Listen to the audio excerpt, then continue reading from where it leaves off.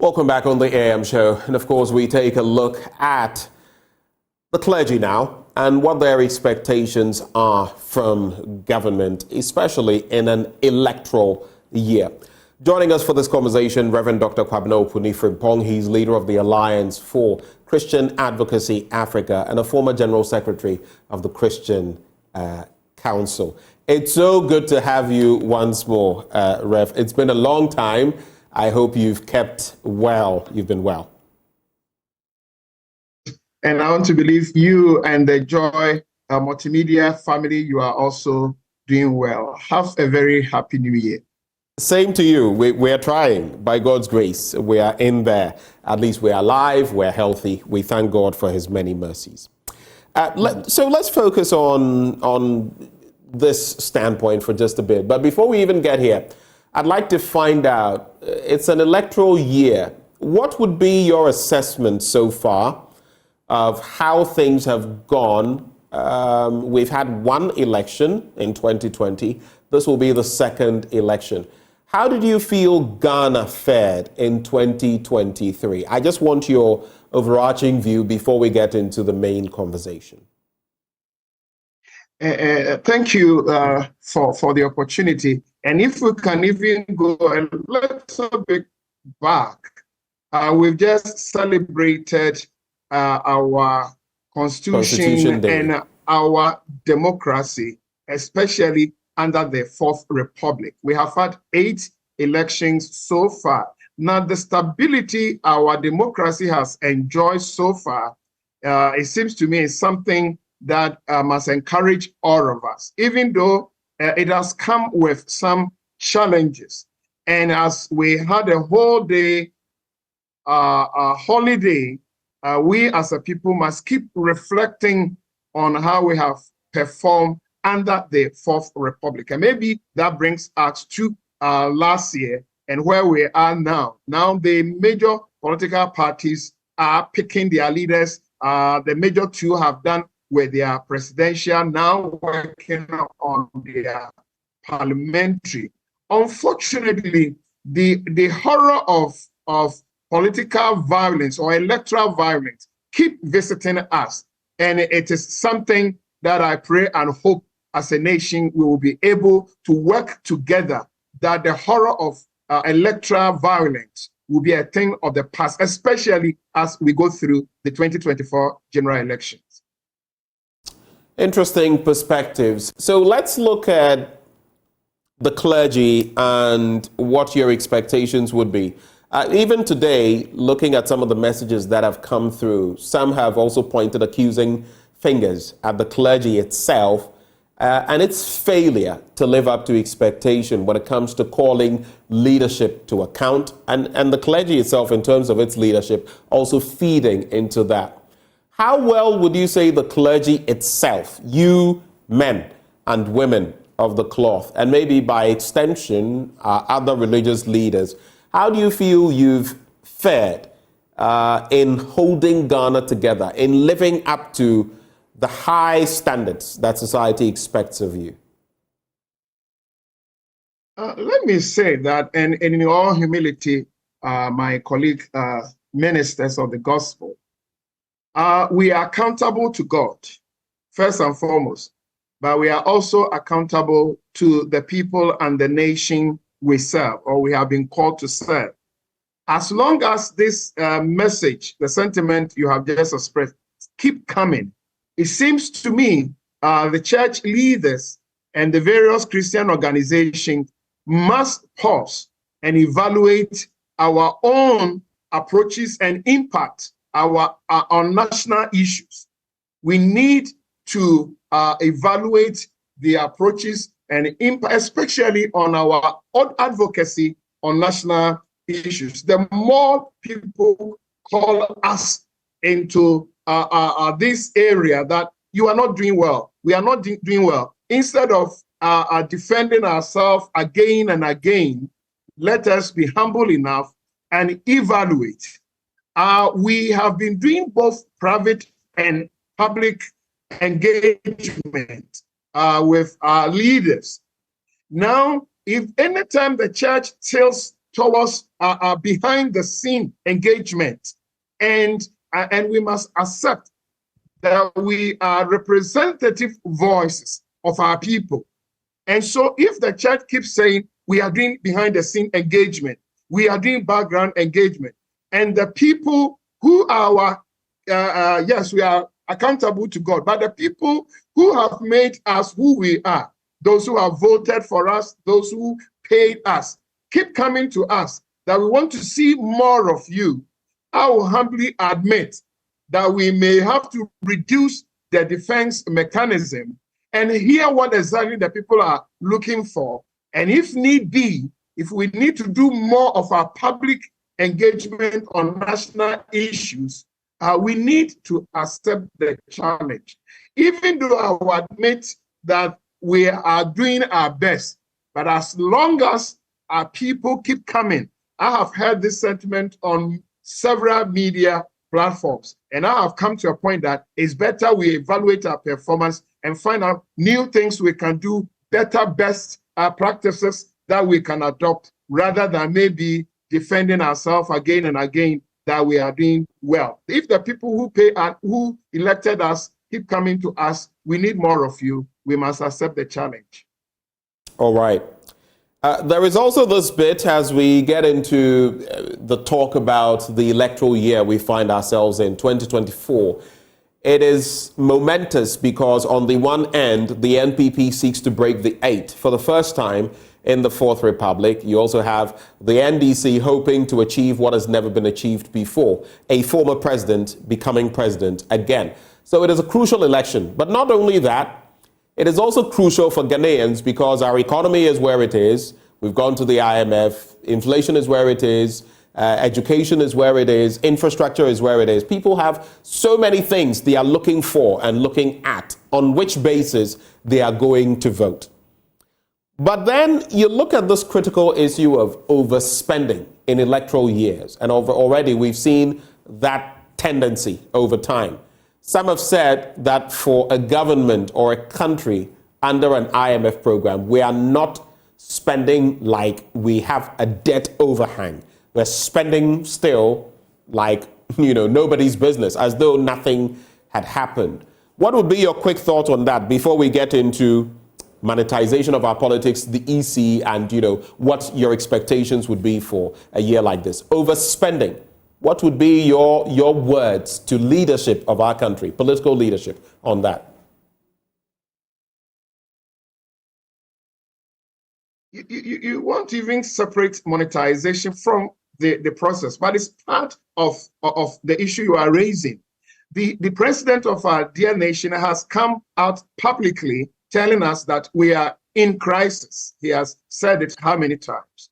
The unfortunate thing, it seems to me, that our leaders, and here I'm talking about those in government, the NPP government, the way they go about things sometimes don't suggest to me, ordinary Ghanaian, that we are a nation in crisis, especially when it comes to, how there are delegates, meetings, and what you hear, and demonstration of money and wealth, and if those in government gives us this impression, and you come back to us that we are in crisis, the impression is no, maybe there's huge money sitting somewhere, only few people have access, majority of us ordinary Ghanaian workers, farmers, are rather being denied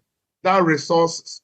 And so now we have a long way to go. Number one, that they've admitted we are in crisis, but their actions, the way they go about things, must also confirm. In fact, we have had some Africa countries that are also with us in IMF, and their presidents are cutting, and they are cutting expenditures, and the presidents are demonstrating that you are not having this, we are not having that.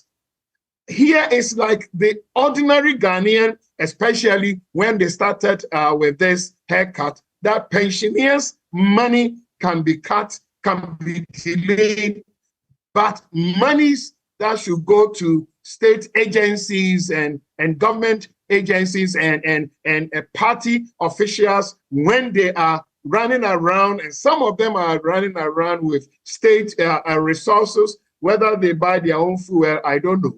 But when you find what is going on in communities and how they are demonstrating wealth, it's a contradictory position that I pray and hope senior officers in government and the party must address. It's something that if they want us to believe that we are in financial crisis, they end up betraying themselves, that we are not. If we are in crisis, ordinary Ghanaians are in crisis. Those in government are not. They are living in a different world.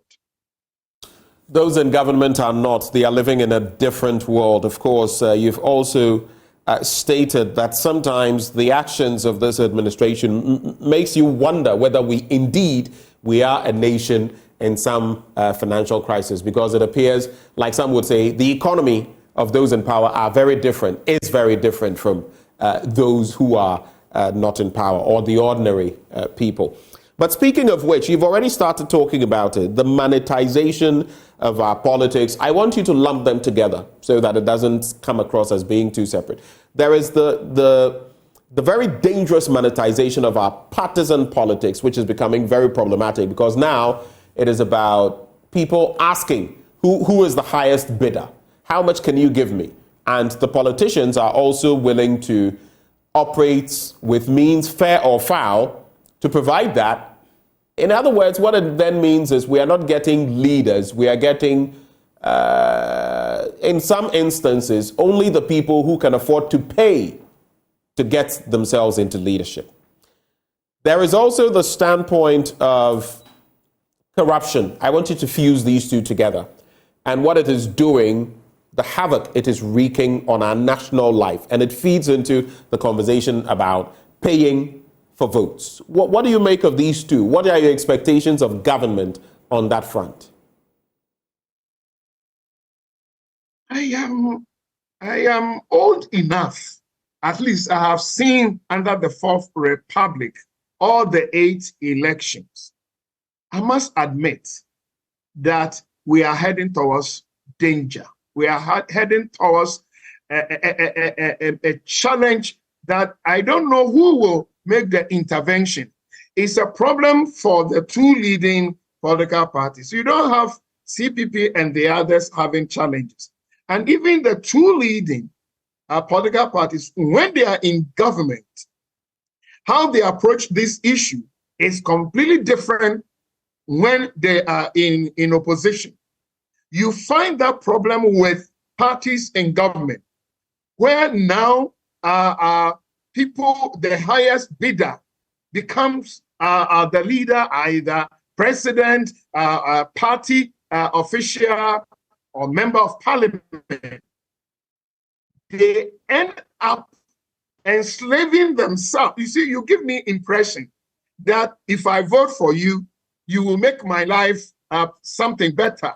And you start from somewhere. Now you attend my funeral, you attend my wedding, you pay my children's school fees. If I need money to roof my building, I can fall on you. That is how they start. And the impression they give to delegates.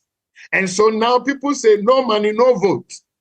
Now, after voting, you must prove yourself faithful. But we all know how much our members of parliament are paid at the end of the month. And so already you are in debt. Some of them pick loans from banks. Some of them sell their properties. So you already have bills to pick. And now everybody is coming after you, pay my children's school fees, my funeral, my wedding. And so at the end of the day, you must still look for extra money. Even if what you have is enough, already you've emptied your investment and now the pressure is coming upon you. How sincere you want to be, you are trapped into these corrupt practices. We need to address it, whether the state will find our election, whatever be the case. We need men and women of integrity who will be sincere with voters, that I can give you X to support you. I can afford this. And the parties must build that discipline. They must ask themselves, where are our people, those who are becoming party chairmen and all that? Where are they bringing the money? They must be worried. At the end of the day, they are building their parties. They are not building the nation. People are looking for money to pick their bills, and you go to the people, their roads have not been fixed. They don't have water. And even if you do whatever within 8 years, you still hear the people blaming you. Please build the nation. Allow your people to come and build the nation rather than building themselves, picking their bills, paying the loans they have taken, and picking lifestyles that is too much for them. That to a point that they come to power and they throw away their earlier SIM cards and they run away from the people they have promised them. So all of them becomes liars. Immediately they assume office. Not that they don't want to be faithful. They can't meet the standard they have created for themselves. We need sincere leaders who will say, I'm sorry, I can't afford this, but I'm prepared to serve this nation. At the moment when parties are in power, that dignity, that integrity, they lose them immediately. And I don't know what the political parties can do. At the moment, NDC is not giving much money as NPP, but we don't know how the future will look like. When they were in power, they were demonstrating wealth. Today, they are crying and they are calling for help. Today, NPP is demonstrating high level of money, and let's pray and hope that somebody will tell them we can't continue like this as a nation. Maybe you are one of those that will be expected to tell them. But on the standpoint of corruption, really, I just want to find out from where you sit. Yes, we have the Office of the Special Prosecutor and all of that, but there's no real prosecution. Do you feel enough is being done to stem the tide of corruption? The reports, the surveys that we've seen over time throughout this administration do not point in that direction, that much has been achieved. But it got me thinking today when I saw the story of Betta Edu, the minister, interestingly, in Nigeria for humanitarian affairs and poverty alleviation. So the poverty minister in Nigeria. She's been cited as the first person to be, mired in any sort of corruption. Her account is being investigated based on an order she gave for a certain sum of money, 585 million naira, the equivalent of $640,000 or 500,000 pounds, to be paid into a certain account. She's only 37 years old. And sometimes I ask myself as well, what does that say about youth leadership? Because we've been told, and I do want to see more of that, young people in position. But sometimes too, when you give some of the young people the opportunity, these are some of the things we see. So those two perspectives. Is our administration doing enough in terms of fighting corruption? At least we see some examples from other countries. Ghana, not so much. Your take? It's a matter of age. Who is mentoring these young people you are talking about? Now, if those mentoring them have shown them that the best way to go is to grab, and the more you grab, the more powerful you become. Whether old or young, it doesn't make any difference. To me, from where I stand, your viewers may have to forgive me. I don't think we are serious when it comes to corruption fight. I don't think so. I'm sorry. Including this administration, current administration. What I have rather seen is they protect their own. Of course, it's not just NPP. I have served under all these two major political parties that have served as NDC, MTP. And NDC also did not give me impression they were serious fighting corruption. They are all protecting their own. I'm so sad as a Ghanaian when it comes to this Garamsey fight. With all the risk some of our media friends, multimedia, your people have taken, sometimes they've been attacked deep in the bush, bringing all this inside what is going on deep in our forest to get to all of us. We watch it how many times? And yet, somebody want me to believe that Ghana as a country, we cannot fight corruption. Not even Ghana has reached a point that the destruction of our forests, destruction of our water bodies, destruction that media houses have risked their lives and entered into this terrain, life and death terrain, being pointed at sometimes with guns by military people and other security people. Ghana wants me to believe that this fight is beyond us. My conclusion is we are not serious with the corruption fight.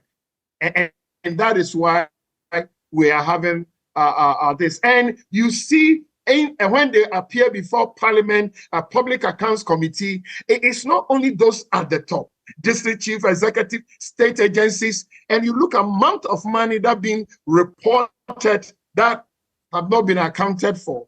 And we look at the amount of money that we queue in the offices of IMF for support. And you say, why are we doing this to ourselves? And the monies we are talking about, some are loans that will be paid 20, 30 years. A country that creates problem for our children to solve in future. We shouldn't be a nation that create problem today that children should come and solve tomorrow. And as long as our leaders protect their own, I don't know how long it will take us. If we want to fight corruption, it must start from the inner circles.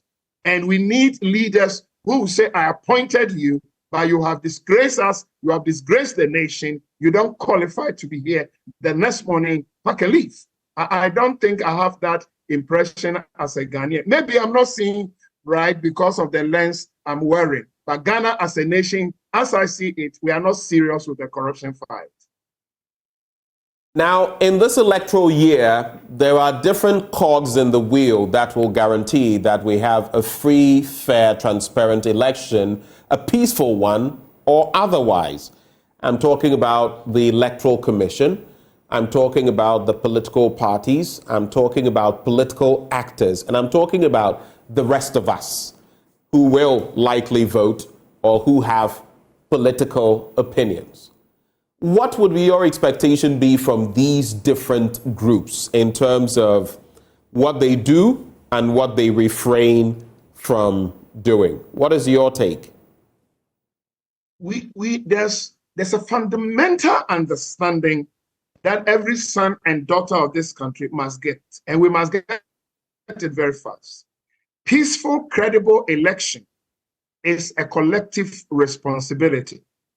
I've had the opportunity to see and have elections in other Africa countries, DR Congo, their last election before the recent one, and Angola and Liberia. And I've come to this conclusion that credible, peaceful election. In fact, our own country, Electoral Commission, the last election, for instance, gave the Alliance for Christian Advocacy official accreditation to monitor the election. We had 100 pastors. We spread ourselves all over the country. Even before that, I was Christian Council General Secretary. We were all over the country. So I have been a key observer within and outside. Now, if you leave credibility and peace of election only in the hands of Electoral Commission, we'll be in trouble. All of us must be on board. What it means is that these politicians have made huge investments, and therefore they are prepared to manipulate everybody on the line of duty, everybody, security agencies, all of them can cheat. NDC can cheat, MPP can cheat, and they all want to cheat. They all want to manipulate the system. So all of us must rally together and say, this is the only nation we have. If you're a security agency and we assign you responsibility, you don't do it for your pocket, you don't do it for whoever, you do it for Mother Ghana. If you are EC, you should not have any favorite sons and daughters. DR Congo finished election and they are having challenges. Thank God Liberia is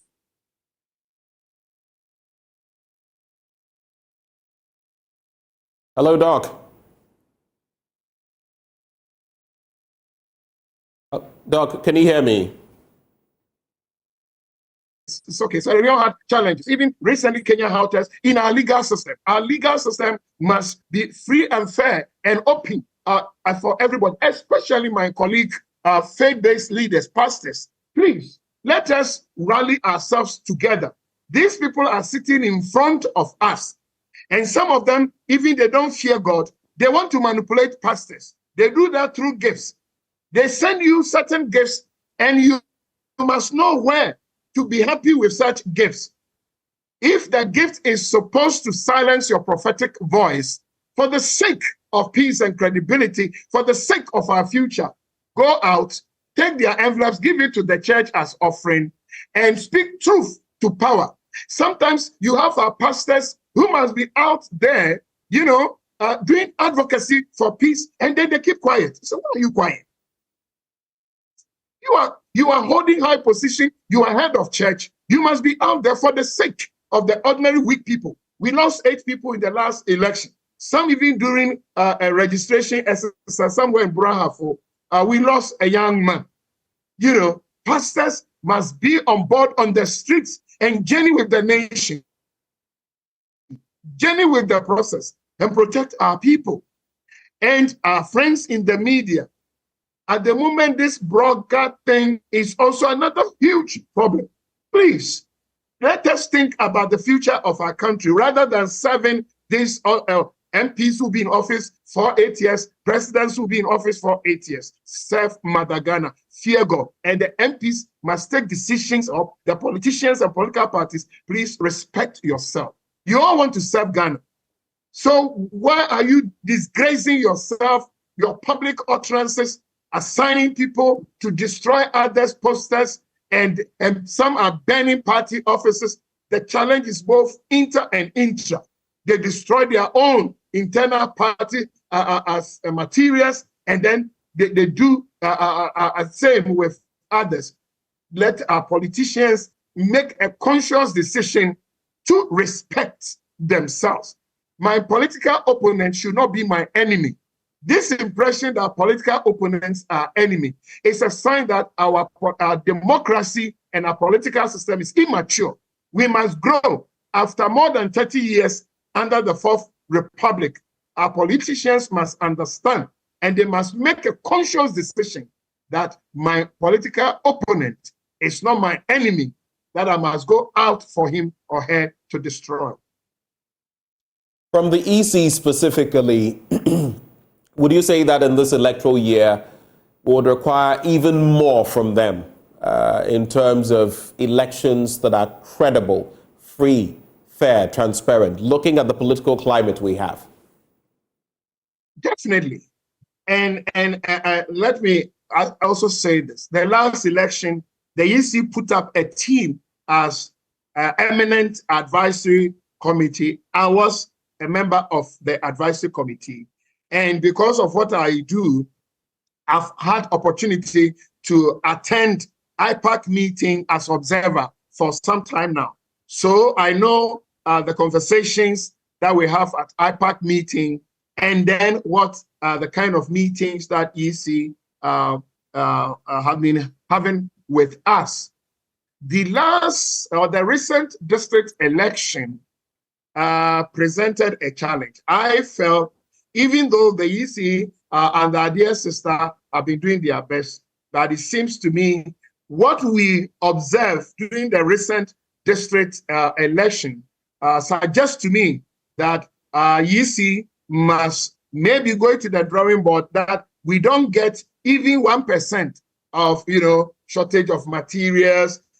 This person's this area where we are not ready, and that kind of thing.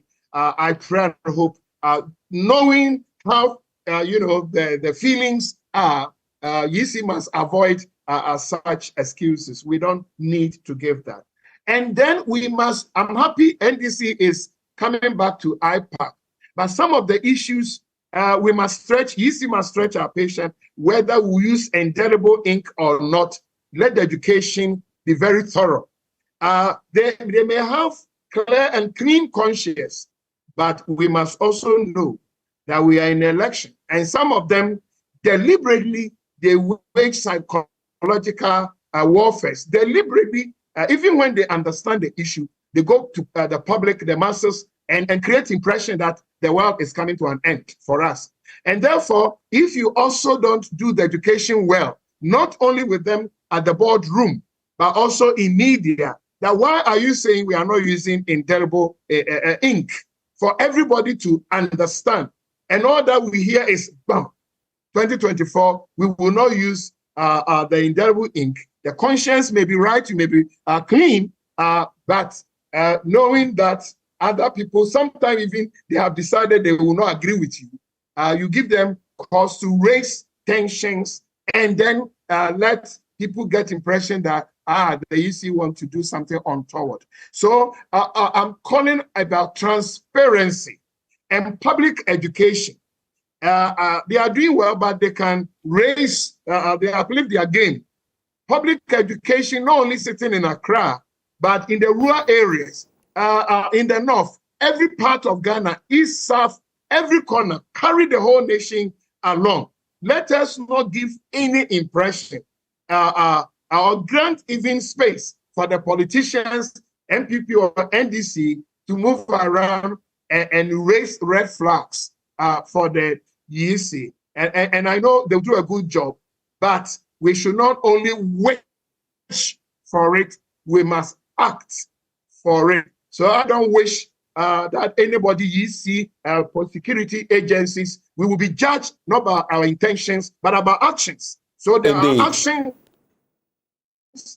to me that they want to be sincere and transparent with the nation. I will never assume that they have the intention to do so. I want to see their actions confirming so. All right. So, of course, I side with you on what you've said, but on the standpoint of the indelible ink, as a member of that eminent group, and of course, like you intimated, you get to sit with IPAC when they meet. The other school of thought has been that this indelible ink has been used since the inception of the Fourth Republic. And even if we have other means now, when we're talking about the biometrics and others of, that are going to be employed, we've seen how it failed in some instances during the district level elections. There was the case of some twins, among others, where it failed to work. Why not have the indelible ink as a supporting means of ensuring that someone has actually voted or not? What is your thinking on the use of indelible ink or the non-use of it in election 2024? Do you feel we are ready for that? It's not even only the indelible ink. Even whether those with ID cards and others must continue bringing people to come and do justification for them. You realize, you see, we want to say now we have gone a long way. Let's stop that and let people come to our offices and have their ID card, voter ID card. That is also still an outstanding issue. The EC may have very clear intention. I've been to the meetings, I've listened to the argument. My concern is carry the nation along. Carry all of us. Some of us understand English, some of us don't understand English. I'm a classroom teacher, I teach at the university. I have some students, you start a statement, before you complete the statement, they know what you are going to conclude. They know what you have in your mind. Some students are sharp, my friend. Some students, you have to say and repeat and go around and give them extra examples before they will understand. But you must carry everybody in the class along. The sharp ones and the low learners, you must carry all of us along. So I have been to the meetings. I understand what they are trying to say. As long as I have my mother, my grandmother in my village who want to understand what are they saying, me, I don't understand. All that I'm saying is the NCCE and the Electoral Commission, the educational units, now the information service funds, we don't know where they are.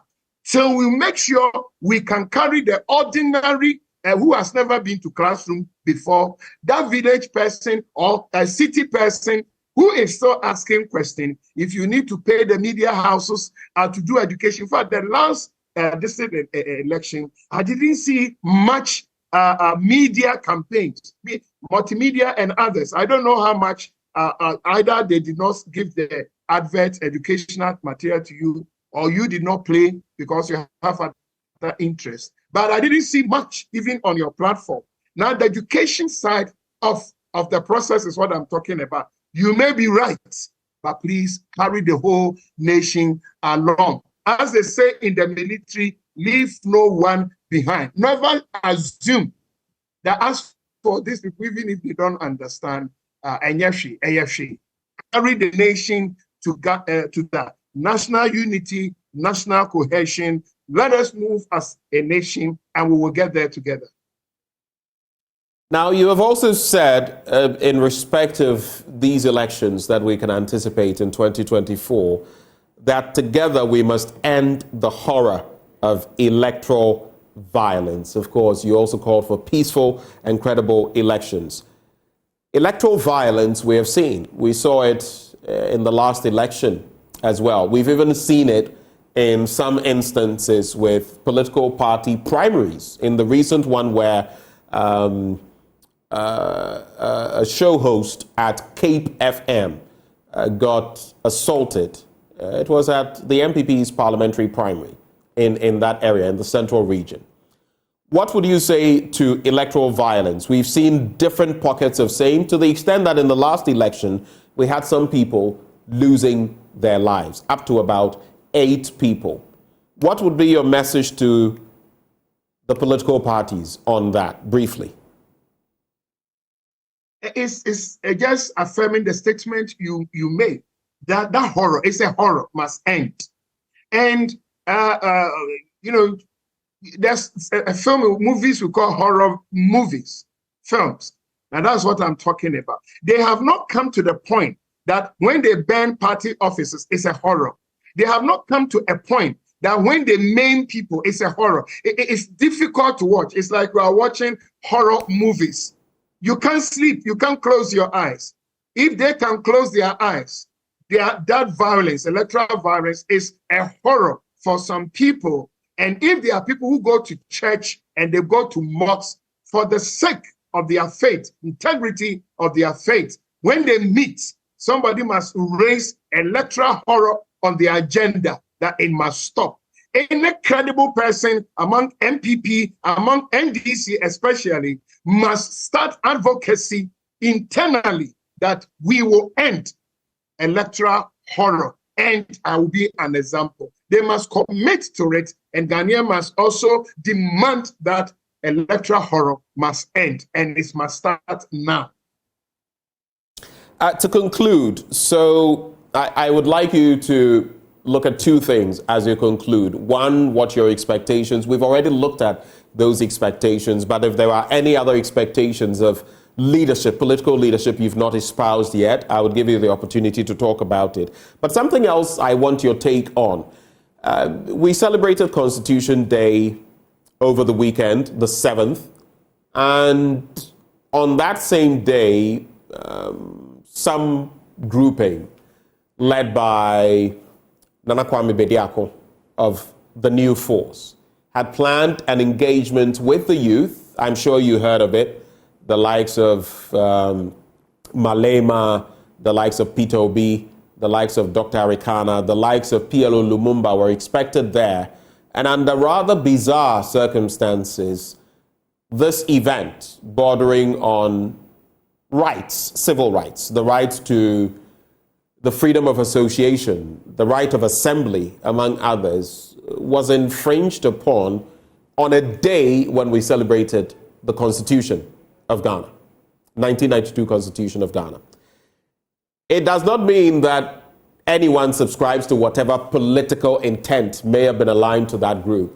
But the fact that government or this administration had granted access to the Independence Square, and then all of a sudden on D-Day, after people had been flown into the country and all of that, In a matter of hours to the event, they were told there was supposed to be some other government event, which never happened, by the way.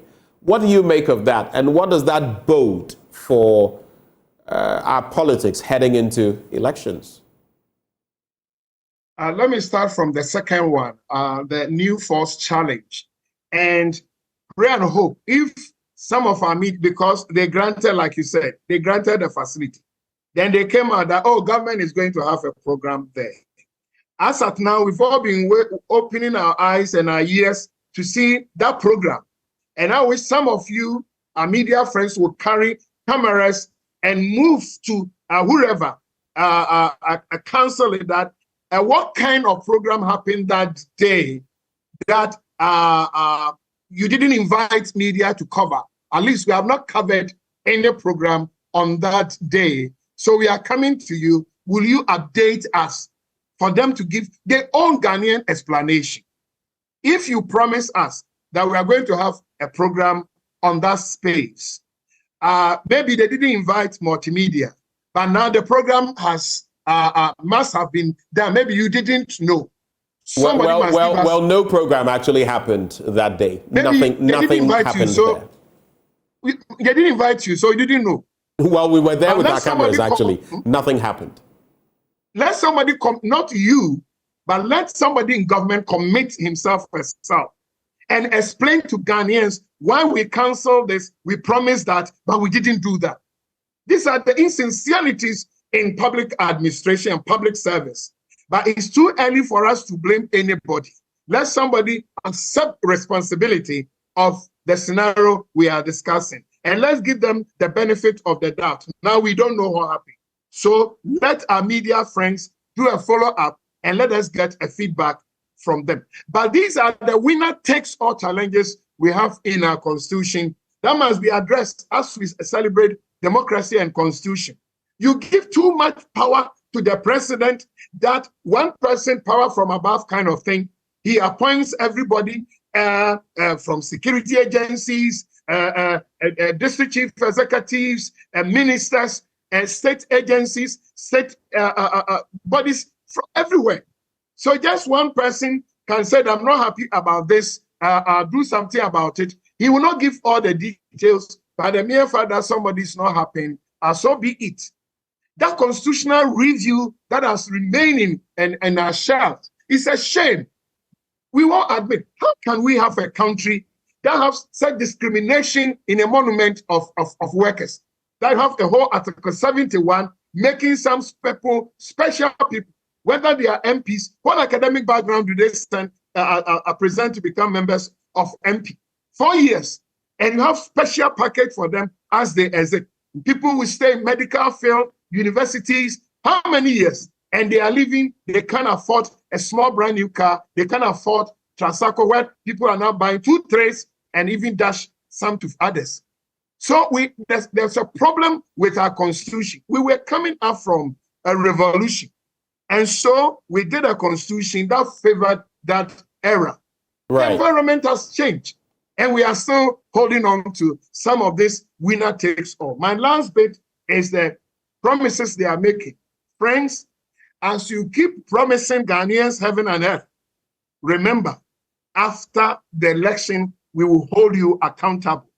And we don't want a situation where after the election, the very promises you have given on campaign platforms, you come and say Ghanaians talk too much. If you don't want us to talk too much, don't promise us too much. But if you promise us that when you come, you fix the road after election, the chiefs, pastors, media, we will demand it. If you say you protect our water bodies after election, we will demand it. And don't come and hate anybody. Don't say any church, any pastor is too political. We are demanding accountability. If you are not ready to do it, don't come out and say it. If you say it, you must mean it. As they do campaign, they must mean what they say and say what they mean. Thank you so much, Dr. Kwabena Opuni-Frimpong, for joining us today for this conversation. Reverend Dr. Kwabena Opuni-Frimpong is leader of the Alliance for Christian Advocacy Africa, and he is a former General Secretary of the Christian Council of Ghana. He joined us for this conversation, what the clergy expects of government, of political leadership in this year. But right when we return from the break we're about to take, we'd like to hear from you on all these discussions we've had. We've spoken about education. We've spoken about the clergy and what their expectations are in this electoral year. We also put out that question on social media, Joy News on Facebook. What do you think is the number one cause of poverty in Ghana? Some of you have sent very interesting remarks. You can also call in when we return and share your thoughts on that or the other matters we've been discussing. Just mind you, no matter where your political slant is, season your words. Don't come insulting anybody. Make your point and go your way. We'll be back after the break.